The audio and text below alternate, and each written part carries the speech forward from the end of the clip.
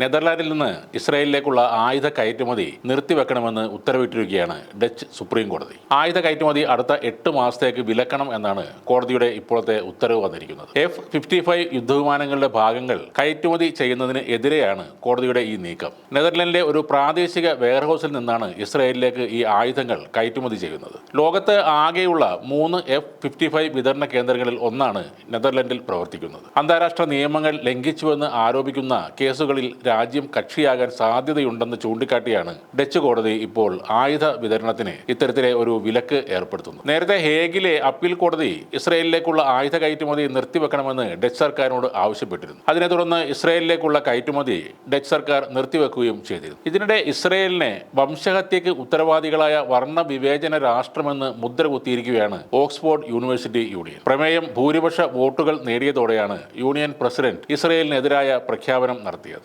278 പേരാണ് ഈ പ്രമേയത്തെ അനുകൂലിച്ച് വോട്ട് ചെയ്തത്. 59 അംഗങ്ങൾ പ്രമേയത്തെ തള്ളുകയും ചെയ്തു. സംവാദത്തിൽ പങ്കെടുത്ത വിദ്യാർത്ഥികൾ തമ്മിൽ പ്രമേയത്തെ അനുകൂലിച്ചും പ്രതികൂലിച്ചും ഭയങ്കരമായ വാക്കുതർക്കം ഉണ്ടായതായി അന്താരാഷ്ട്ര മാധ്യമങ്ങൾ റിപ്പോർട്ട് ചെയ്തു. ഈ സംവാദത്തിനിടെ യൂണിയൻ പ്രതിപക്ഷ സ്പീക്കറായ യോസഫ് ഹദ്ദാദിനോട് ചേംബർ വിടാൻ യൂണിയൻ ഉത്തരവിടുകയും ചെയ്തിരുന്നു. കടുത്ത ഇസ്രായേൽ അനുകൂലിയാണ് യോസഫ് എന്ന വ്യക്തി. നിങ്ങളുടെ തീവ്രവാദിയായ തലവൻ മരിച്ചു എന്ന അടിക്കുറിപ്പോട് കൂടിയുള്ള ഹിസ്ബുള്ള നേതാവ് ഹസൻ നസ്രള്ളയുടെ ചിത്രമുള്ള ടീഷർട്ട് ധരിച്ചാണ് യോസഫ് ഈ സംവാദത്തിന് വേണ്ടി വന്നത്. അവിടെ സംവാദം മുറുകിയ സമയത്ത് യോസഫിനെതിരെ ആക്രോശിച്ച് ഒരു പലസ്തീൻ വിദ്യാർത്ഥി ചേംബറിൽ പ്രതികരിക്കുകയുണ്ടായി. ജോസഫിന്റെ മുഖത്ത് നോക്കി അപമാനം തോന്നുന്നുവെന്നാണ് ആ വിദ്യാർത്ഥി പറഞ്ഞത്. തുടർന്ന് ആ വിദ്യാർത്ഥിക്ക് നേരെ യോസഫ് പോസ്റ്റർ എടുത്ത് വീശുകയായിരുന്നു. ഇതിന് പിന്നാലെയാണ് ഇയാളെ യൂണിയൻ പ്രസിഡന്റ് ചേംബറിൽ നിന്നും പുറത്താക്കിയത്. ഗാസയിലെ ഇസ്രായേൽ ആക്രമണത്തിൽ കൊല്ലപ്പെട്ട ഡോക്ടർ മെസേറ അൽ റെയ്സിന്റെ ബന്ധുവാണ് ഇയാളോട് പ്രതികരിച്ച ആ പലസ്തീൻ വിദ്യാർത്ഥി. യോസഫിന് പുറമെ